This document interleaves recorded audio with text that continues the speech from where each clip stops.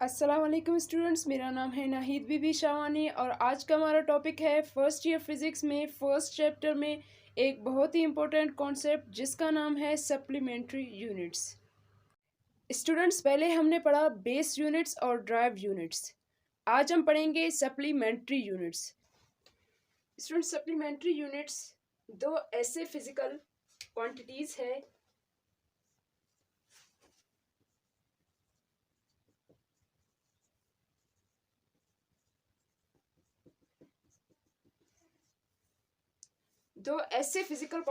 है जिन्हें कहा जाता है geometrical quantities.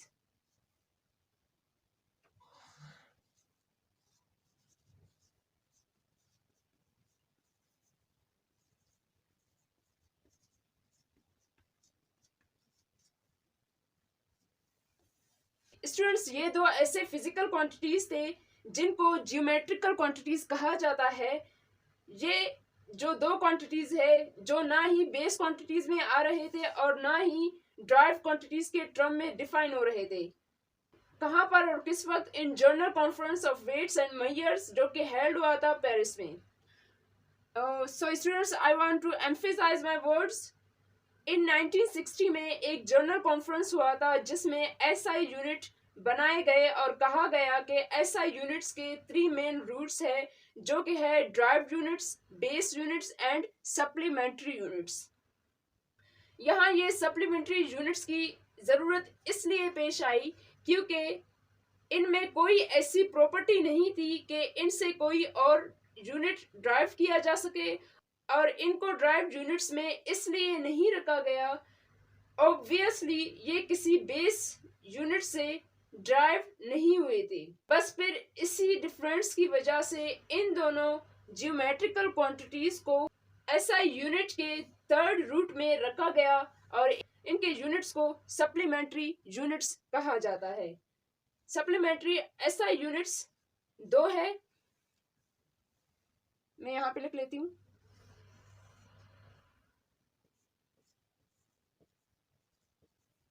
There are two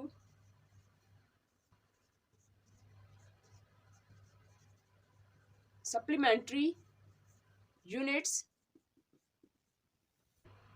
First one is called radian,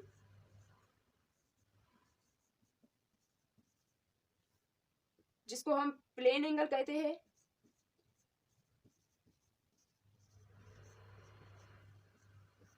and second one is called स्टीरेडियन,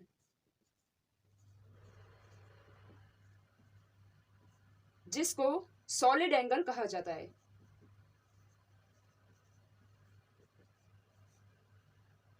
radian और स्टीरेडियन को पढ़ने से पहले हमें 1 डायमेंशनल, 2 डायमेंशनल और 3 डायमेंशनल के बारे में पता होना चाहिए। डायमेंशनल किसे कहते हैं? डायमेंशनल के 3 कोऑर्डिनेट्स होते हैं।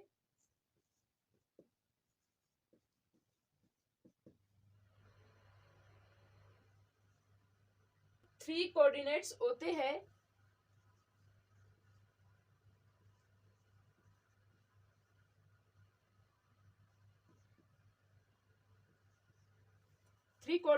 हैं। स्टूडेंट्स, फर्स्ट वन हमारे पास 1 डायमेंशनल, सेकेंड वन है हमारे पास 2 डायमेंशनल,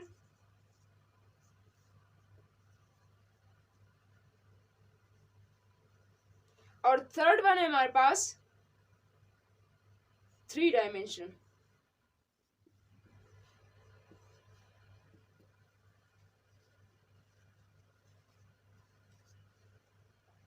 स्टूडेंट्स, 1 डायमेंशनल किसे कहते हैं? इसको समझने के लिए आप लोगों को अपने कमरे के एक दीवार और फ्लोर को इमेजिन करना होगा। समझो कि ये हमारे पास दीवार है और ये फ्लोर है, ठीक है? ये दीवार है, ये फ्लोर है, ठीक है स्टूडेंट्स? अगर कोई ऑब्जेक्ट इन दो कोऑर्डिनेट्स में से सिर्फ एक कोऑर्डिनेट को ऑक्युपाई कर रहा है तो वो ऑब्जेक्ट हमारे पास 1 डायमेंशनल होगा, यानी वो इस तरह रखा हो कि जिसमें जो सेकंड डायमेंशनल को बिल्कुल टच ही ना करे, उसे हम कहते हैं 1 डायमेंशनल। और 1 डायमेंशनल हमेशा हमारे पास स्ट्रेट होता है, यानी स्ट्रेट पाथ भी हम इसको कह सकते हैं। कोई ऑब्जेक्ट जो कि स्ट्रेट हो उसे हम कह सकते हैं। तो इस तरह हम इसको कहते हैं वन डायमेंशनल, जो कि बिल्कुल ही स्ट्रेट होता है। इसके एग्जांपल्स में हमारे पास स्ट्रेट मोशंस आ सकते हैं। मैं यहाँ पे सिर्फ स्ट्रेट लिख सकती हूँ।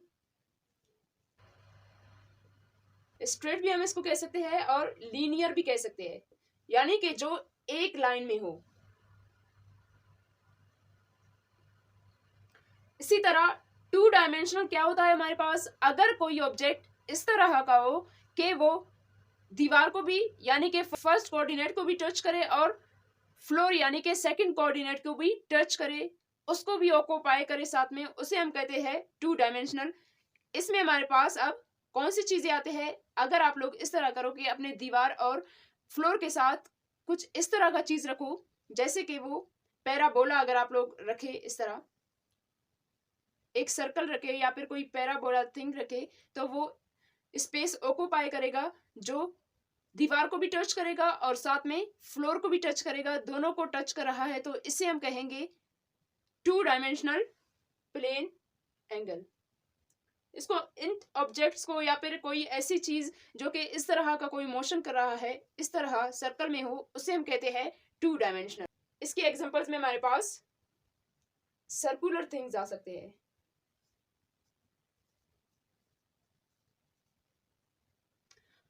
सिमिलरली अब हम पढ़ेंगे थ्री डायमेंशनल को। स्टूडेंट्स, थ्री डायमेंशनल को पढ़ने के लिए आप लोगों को फ्लोर, साथ में दीवार और उनके बिटवीन जो स्पेस है, जो फ्री स्पेस है जहां पे एयर मौजूद है, उस जगह को देखेंगे। तो ये हमारे पास हो जाएगा थर्ड कोऑर्डिनेट।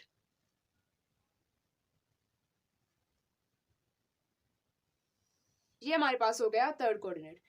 स्टूडेंट्स, कोई भी ऐसी ऑब्जेक्ट जो कि फर्स्ट कोऑर्डिनेट को भी ऑक्यूपाई कर रहा हो, सेकंड को भी कर रहा हो और साथ में थर्ड को भी ऑक्यूपाई कर रहा हो, तो उसे हम कहेंगे थ्री डायमेंशनल।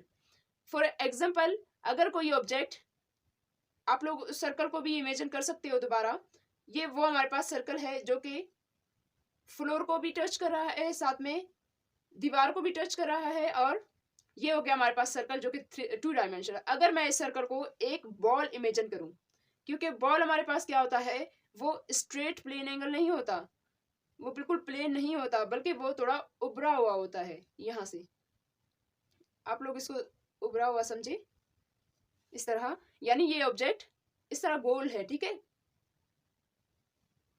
इस गोल ऑब्जेक्ट को, अपने बॉल को या फिर कोई फुटबॉल आप लोग दीवार और फ्लोर के साथ रख सकते हो। साथ में आप लोग ये भी इमेजिन करेंगे कि वो दीवार को भी टच कर रहा है, जमीन को भी ऑक्यूपाई कर रहा है और साथ में स्पेस भी ऑक्यूपाई कर रहा है। इस ऑब्जेक्ट को हम कहेंगे थ्री डायमेंशनल।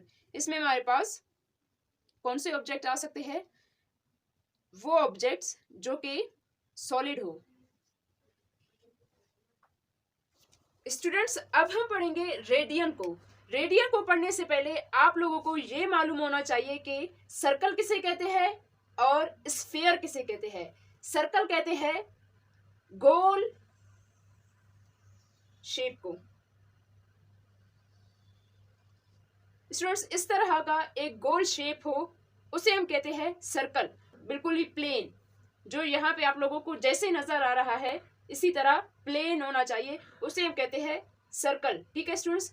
सर्कल और स्फीयर में क्या फर्क है, स्फीयर किसे कहते हैं, वो भी गोल होता है, स्फीयर भी गोल ही होता है, पर वो हमारे पास क्या होता है, वो एक गोल ऑब्जेक्ट होता है इस तरह के, वो उभरा हुआ हो, हर साइड से उभरा हुआ हो, ठीक है, यानी वो प्लेन ना हो, बिल्कुल स्ट्रेट प्लेन ना हो, बल्कि उभरा हुआ हो, ठीक है। जिस तरह के बॉल है हमारे पास, फुटबॉल हमारे पास एक स्फीयर शेप का है, बॉल हमारे पास स्फीयर शेप में है, इसी तरह जितने भी ऑब्जेक्ट्स हैं वो स्फीयर शेप में उस टाइम होते हैं जब वो इस तरह उभरे हुए हो, यानी वो थ्री डायमेंशनल हो। मैंने आप लोगों को अभी अभी पढ़ाया कि थ्री डायमेंशनल किसे कहते हैं, जो कि तीनों की तीनों कोऑर्डिनेट्स को ऑक्यूपाई करे, ठीक है, उसे हम कहते हैं थ्री डायमेंशनल, ठीक है। इसे कहा जाता है सर्कल और इसे कहा जाता है स्फीयर।